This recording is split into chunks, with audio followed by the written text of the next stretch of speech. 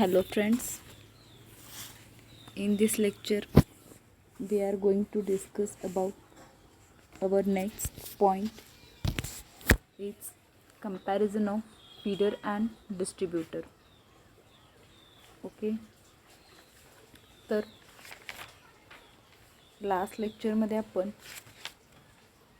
Feeder आणि distributor जे designing parameters आहेत ते आपण लास्ट लेक्चरमध्ये बघितलेले आहेत. फीडर आणि डिस्ट्रीब्यूटर डिझाईन करत असताना कोणकोणते पॅरामीटर्स कन्सिडर करावे लागतात आणि कुठला पॅरामीटर्स इम्पॉर्टंट असतो ते आपण लास्ट लेक्चरमध्ये बघितलेलं आहे. तर आज आपण फीडर आणि डिस्ट्रीब्यूटरमधलं कंपॅरिझन बघणार आहोत. तर फीडरची जी सप्लाय सिस्टीम असते ती फर्स्ट पॉईंट इज 3 फेज असते. फीडरपासून जो काही कंडक्टर कॅरी केला जातो आहे, suppose this is substation, this is feeder line, this is transformer, these are the loads. ही जी आहे ती फीडर लाईन आहे. This is the distributor,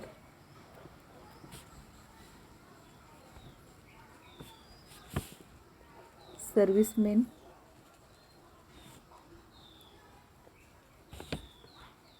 this is the service mains. Okay, 11 kVचं 440 मध्ये कन्वर्जन. ओके, तर ही जी आहे ती फीडर लाईन आहे. तर फीडर लाईनचा जो काही सप्लाय आहे, power supply which is available is 3 phase power supply, that is RYB.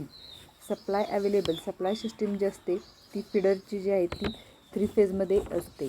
But supply system for the distributor here 3 phase 4 wire system आपण प्रिफर करतो. That's why the supply system for the distributor is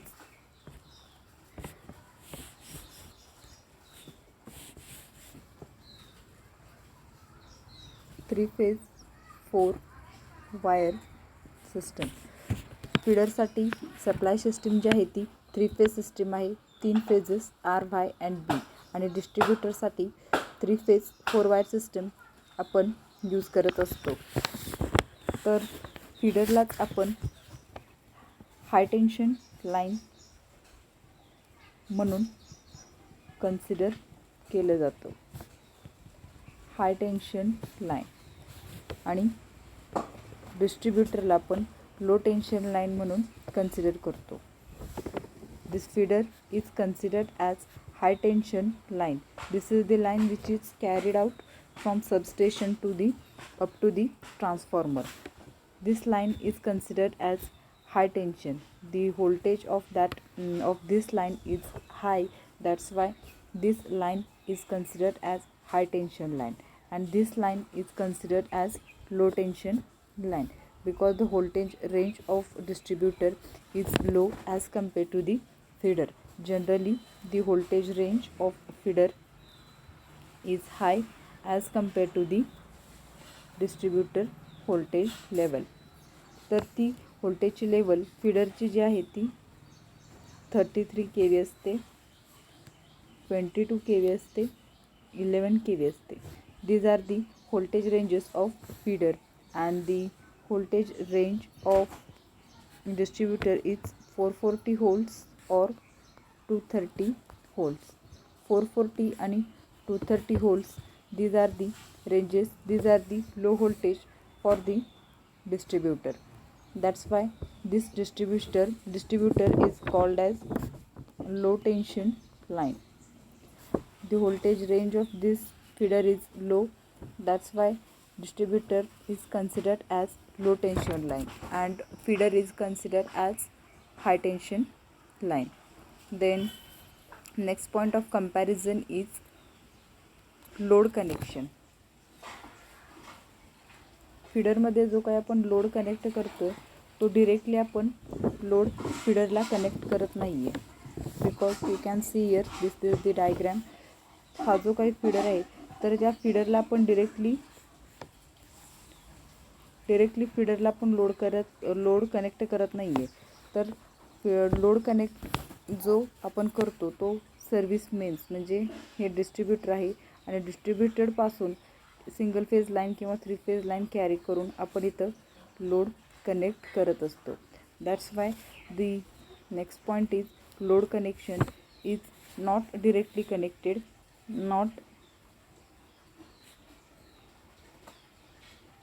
not directly connected. Load is directly connected to the feeder line through service main. Service मेन्सच्या वायर्स carry करून आपण load जो आहे तो डिस्ट्रीब्युटरला connect केलेला असतो. बट फीडरमध्ये लोड जो आहे तो directly as it is connect केलेला नसतो. As you can see in this diagram, this is the substation. From that the high voltage line is carried out. After that transformer is used, and this transformer convert the high voltage supply to low voltage supply, and this distributor carry this low voltage supply, and from the distributor we carried the single phase supply or 3 phase supply as per the requirement of load. लोडची जशी काही requirement आहे त्यानुसार आपण डिस्ट्रीब्युटरकडून आपण supply घेत असतो. That's Y load जो आहे तो डिस्ट्रीब्युटरच्या एंडला डिरेक्टली कनेक्ट असतो.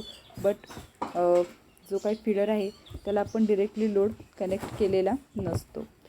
Okay, our 6th point of comparison is consumers. तर फीडर्सचे जे कन्झ्युमर्स आहेत ते हाय व्होल्टेजचे कन्झ्युमर्स आहेत. मीन्स फीडरची जी व्होल्टेजची रेंजच फीडरची 33 kV किंवा 220 kV means high voltage range असल्यामुळं त्याचे जे काही कन्झ्युमर्स आहेत ते सुद्धा HV कन्झ्युमर्स.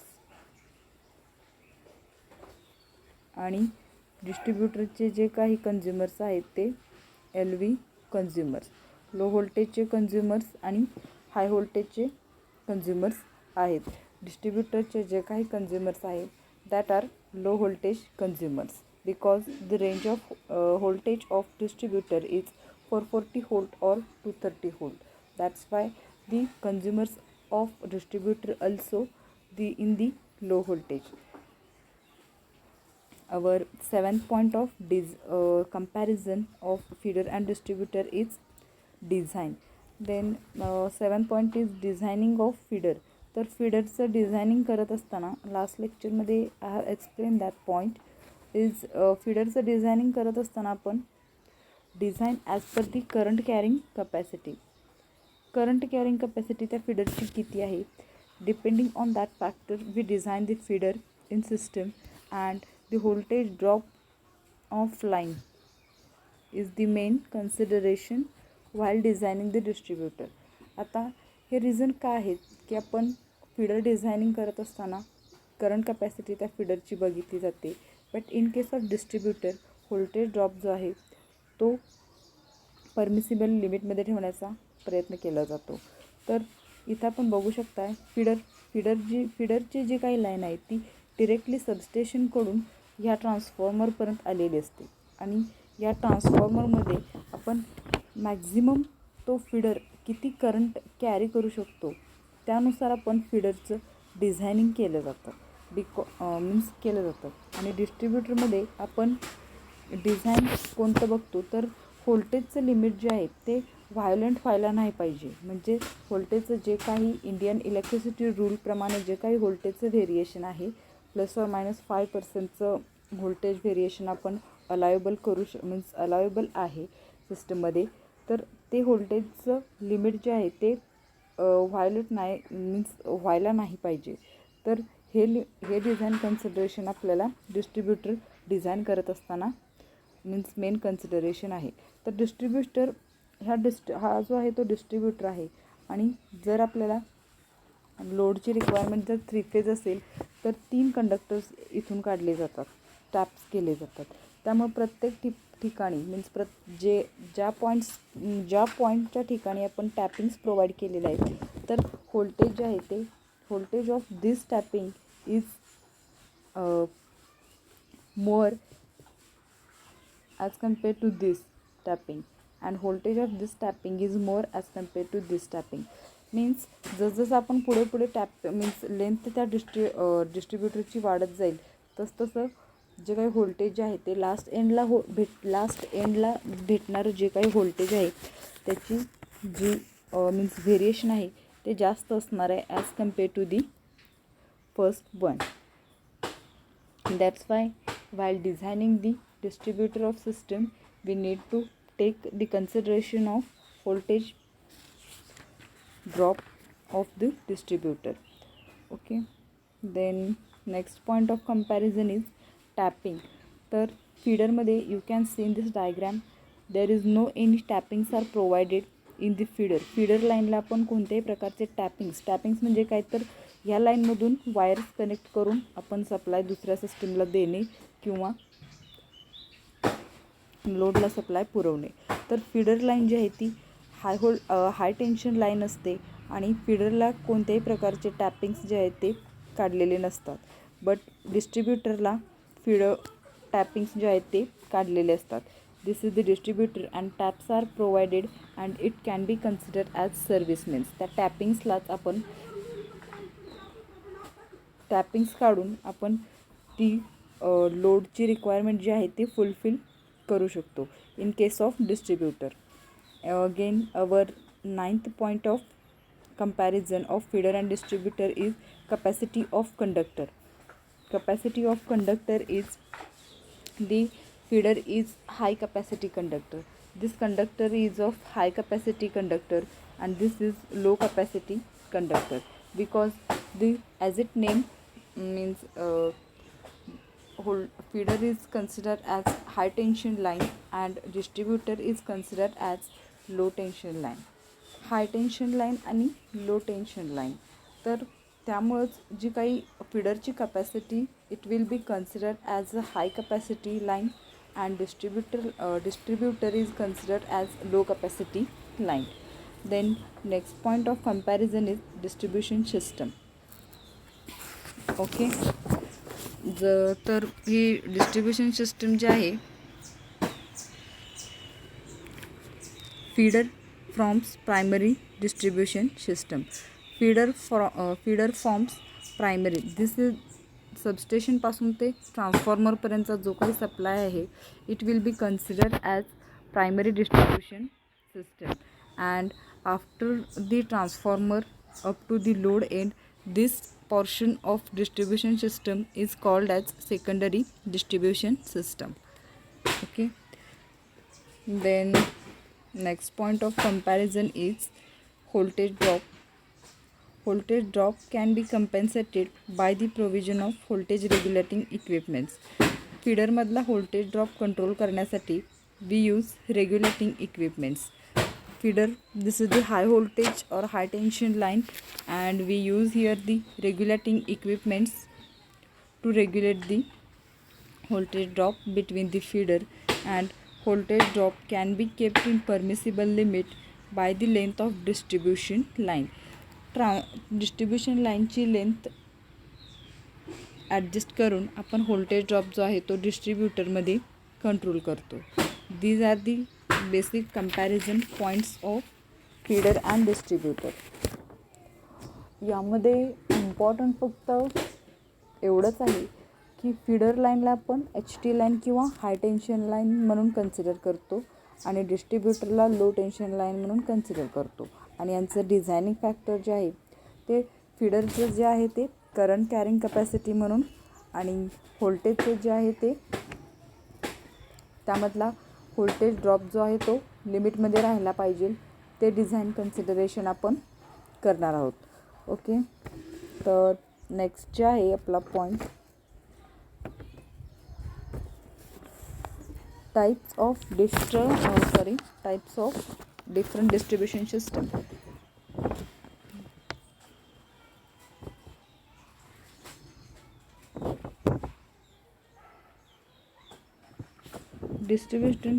डिस्ट्रीब्युशन सिस्टम जे आहेत त्यांचे आपण आज टाइप्स बघणार आहोत. according to the nature of current, DC distribution system and AC distribution system. According to the nature means according to the supply available. दोन टाइप्स आहेत.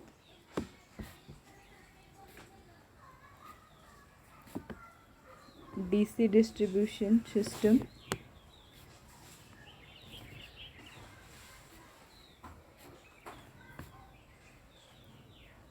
AC distribution system, and according to the structure the distribution system is classified as overhead and underground system. Depending upon the supply available, the distribution system is classified as DC distribution system and AC distribution system, and depending upon the connection, the system is classified as overhead system and underground system. DC distribution system मध्ये पण types आहेत. DC distribution system चे types 2 wire DC system and 3 wire DC system.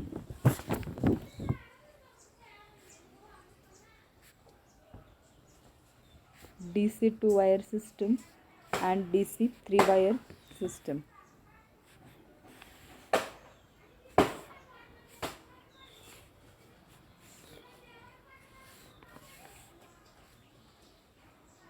This is the load.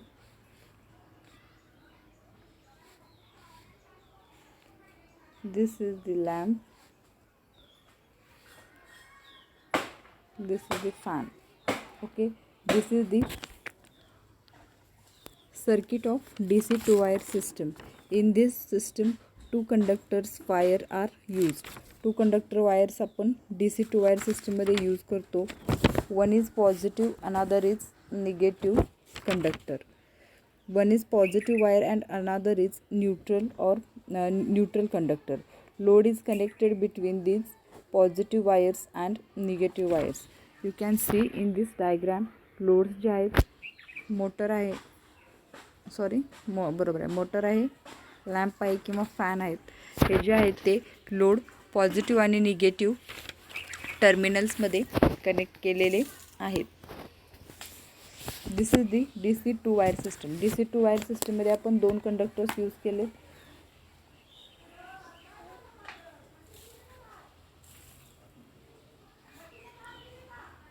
DC 3 wire system. आता DC 3 wire सिस्टममध्ये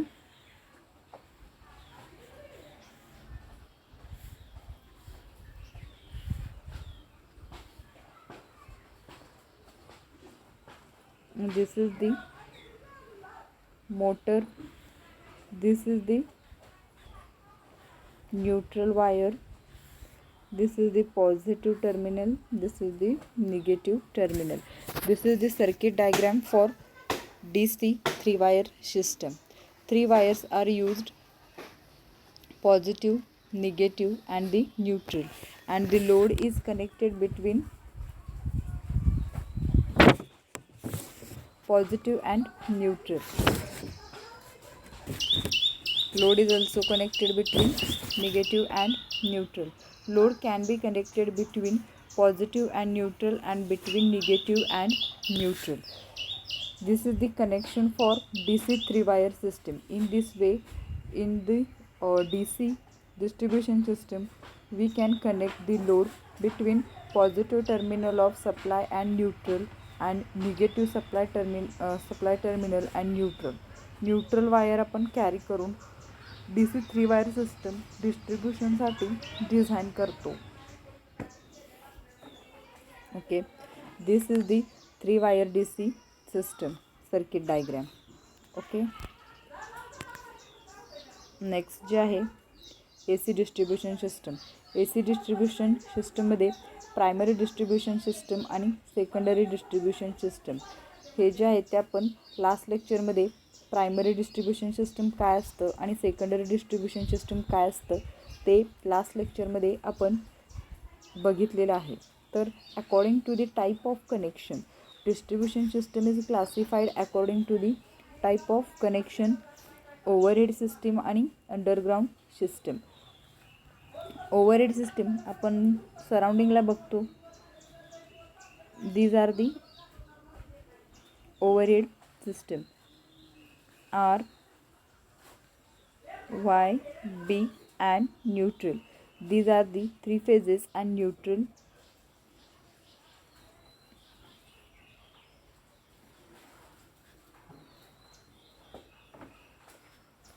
This is the single phase load. This is the three phase load. and this is the single phase load. तर single phase लोडसाठी आपण कोणती एक phase आणि neutral wire consider करतो आणि थ्री फेज लोडसाठी आपण तिन्ही फेजेस कन्सिडर करतो. This is the three phase load. This is the overhead conductor which are open conductor and which are also called as bare conductors. Overhead कंडक्टर्सलाच आपण bare conductors असंही म्हणतो. Okay, bare conductors. This is the diagram of overhead system. Overhead सिस्टममध्ये conductor wires are supported on poles and loads are connected between conductor as a neutral, single phase load और three phase load across three conductors R Y B. हे जे आहेत ते bare conductors आहेत. Overhead line system आपण सराउंडिंगला कुठेही जास्तीत जास्त ओव्हरहेड सिस्टीम बघू शकतो. 3 लाईन्स असतात, पोल्सवर त्या माउंट केलेल्या असतात. पोल्सवरती क्रॉस आर्म्स प्लेस करून क्रॉस आर्मवरती इन्सुलेटर्स असतात आणि त्या इन्सुलेटरच्या थ्रू आपण त्या 3 लाईन्स ज्या असतात त्या कॅरी केलेल्या जातात. Okay, next is underground cables. Underground cables ज्या आहेत त्या कशा असतात त्या आपण नेक्स्ट पॉईंट आहे त्यामध्ये आपण डिटेलमध्ये स्टडी करणार आहे. तर शॉर्ट डिस्टन्स असेल किंवा क्रॉसिंग्स वगैरे जास्त असतील किंवा तिथे जास्त क्राउडेड एरिया वगैरे असेल तर in that particular situation we need to prefer the underground cables. Means crowded जास्त गर्दीचे ठिकाणं असतील किंवा शॉर्ट डिस्टन्स असेल, डिस्ट्रीब्युशन करण्याचं जे काही डिस्टन्स आहे ते शॉर्ट असेल तर आपण अंडरग्राउंड केबल्स यूज करतो. बिकॉज अंडरग्राउंड केबल्स जो काही इनिशियल कॉस्ट आहे ती जास्त असते as compare to overhead conductors. But according to for the purpose of the protection we use the underground cable in case of crowded areas. प्रोटेक्शनसाठी किंवा एक प्रकारचं प्रिव्हेन्शन प्रोव्हाइड करण्यासाठी कोणालाही मीन्स प्रॉब्लेम येऊ नये किंवा शॉक वगैरे लागू नये क्राउडेड एरियामध्ये, that time we need to prefer to go for underground system. As the underground system is costly but in some particular locations there is so much importance for the underground cable because that time there is a preventive factor or protection factor is much more important other than the cost of equipments. Okay, then according to the scheme of connection, distribution system is radial system, ring main system and interconnected system. Connection scheme कशा प्रकारे system connect केलेली असते त्यानुसार radial system, ring main system,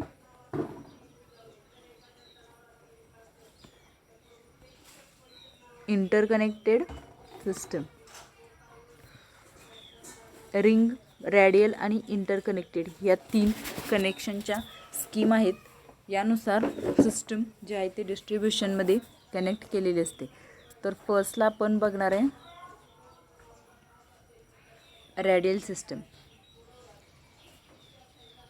this is the substation, this is the feeder, this is the transformer, This is the distributor line.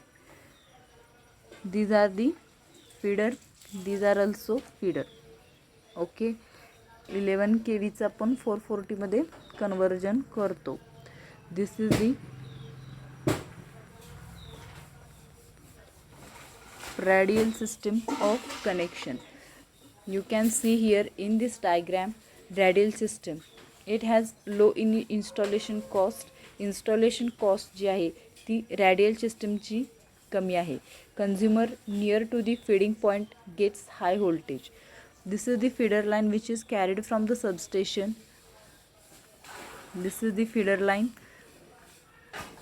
and in this scheme what happened, the consumers which are near to the feeding point means इथला जो consumer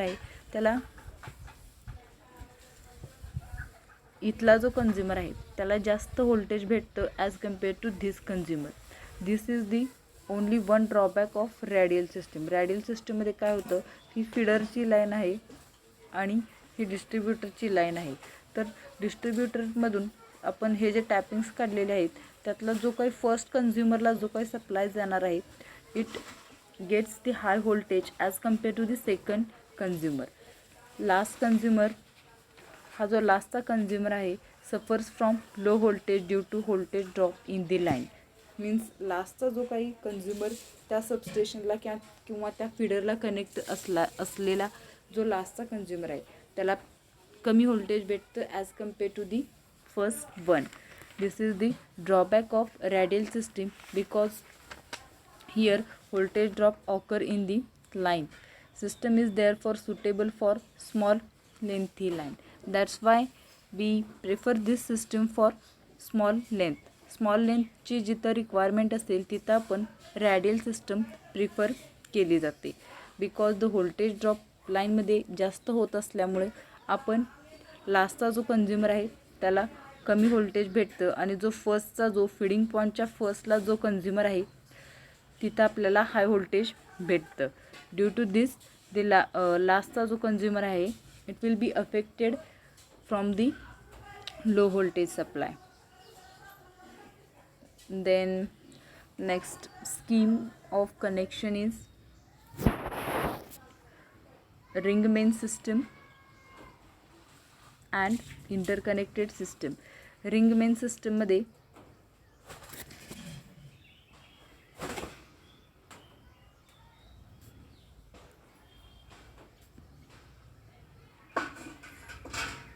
Ring main system.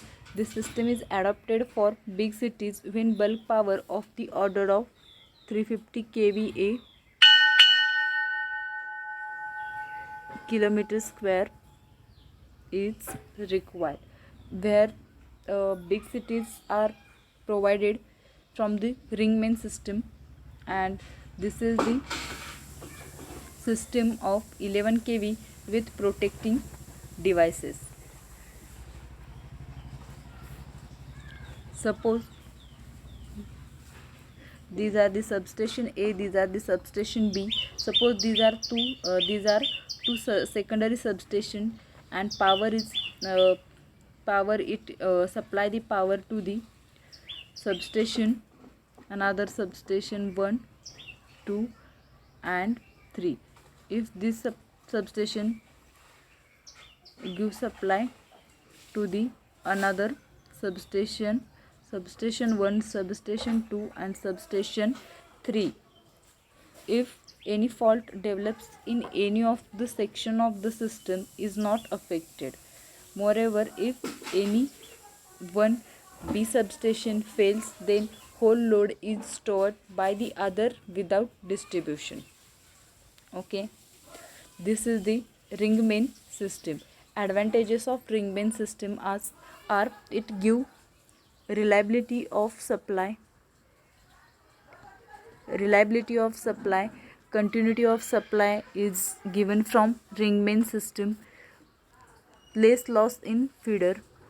Losses जे होणार आहेत फीडरमध्ये ते less होतात in case of ring main system. Better voltage regulation जे आहे ते बेटर होतं in case of ring main system. Next connection scheme जी आहे ती interconnected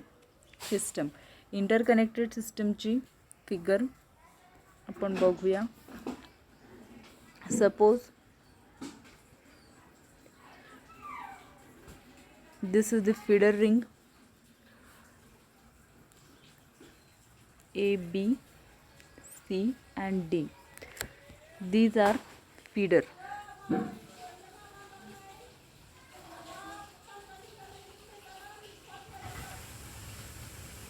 These are the transformer and this is the distributor and these are the loads.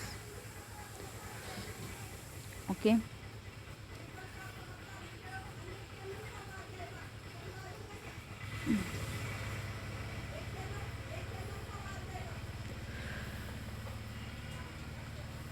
Okay.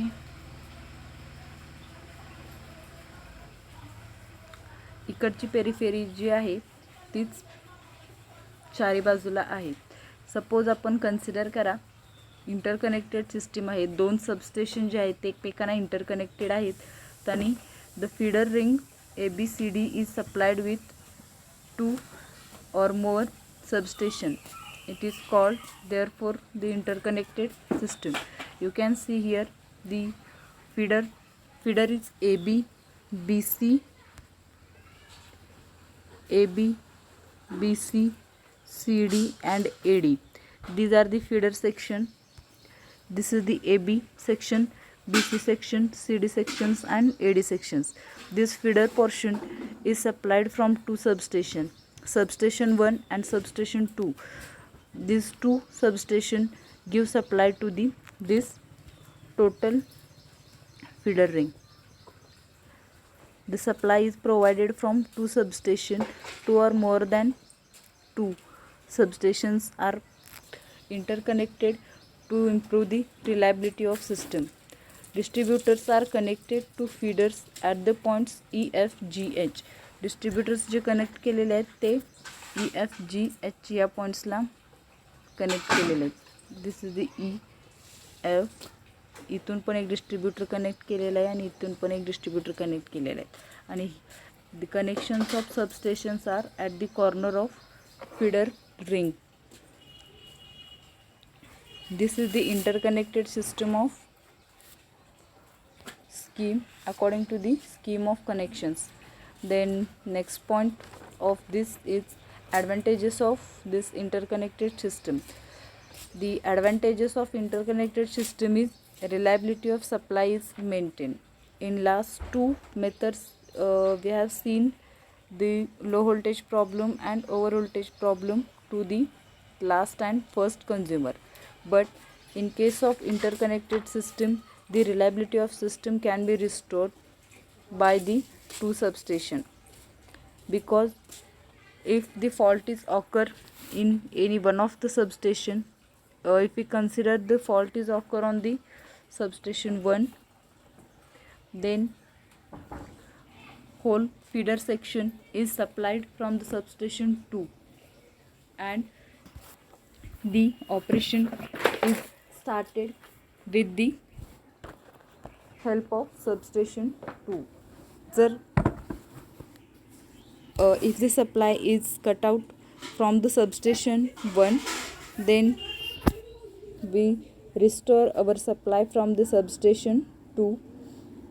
This is the main advantage of interconnected system. Okay. Next point जो आहे आपला point of comparison radial system आणि ring main system. तर comparison दोघांचं आपण बघणार आहोत. Voltage जे आहे voltage requirement for radial system. Voltage जे radial system can be used for low voltage system and ring main system is preferred for high voltage system. Radial system and ring main system. The voltage used for low voltage, used for high voltage. Radial system is used for low voltage and ring main system is used for high voltage power feeding. तर last स्लाइड्समध्ये आपण मागच्या बघितले the distributor feeds power feeding radial सिस्टममध्ये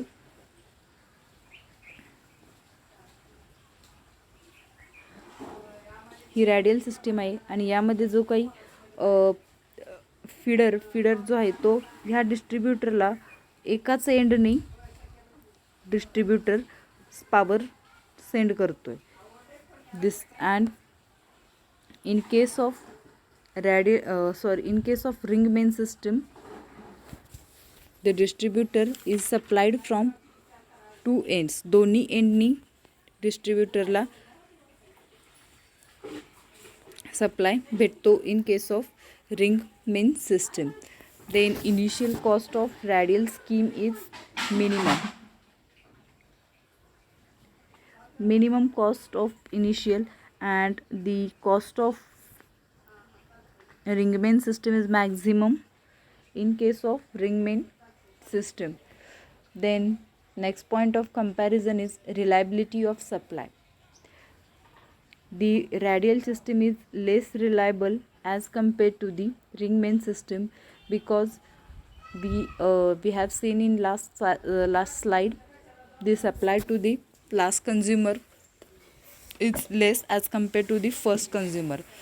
The consumer which is connected at the end of the line will get low supply as compared to the consumer which is connected to the first end. That's why reliability of system is less as compared to ring main system. Failure of supply. Next point of comparison is failure of supply, in that consumers suffer in failure of supply as fed from one end only. Radial सिस्टममध्ये डिस्ट्रीब्युटरला एकच एंडनी feeder जो आहे तो supply provide करत असतो. That's why if the supply is failure, in that case there is a complete shutdown of the system. If and in ring main system if one fails other feeder continues to supply. Means ring main सिस्टममध्ये दोन feeders जे आहेत ते एका फीडरला supply देऊ शकतात. But in case of radial system only one feeder is used to feed the distributor. That's why if the fault is occur on that particular feeder, then complete there is a shutdown is occur. Okay, then voltage distribution. Voltage distribution in case of radial system is not same, but ring main system मध्ये जे काही voltage distribution आहे ते uniform होतं. Uniform voltage distribution is occur in case of ring main system.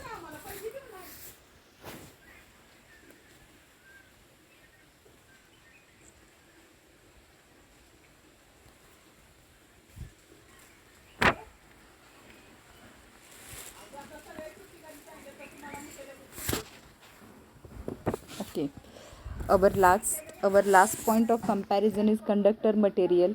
Conductor material used for radial system is more as compared to ring main system because it carries more current. Radial सिस्टममध्ये current जो आहे तो जास्त असतो as compare to ring main system. That's why conductor material required for the radial system is more as compare to ring main system. Okay, in next lecture we cover next points of this chapter.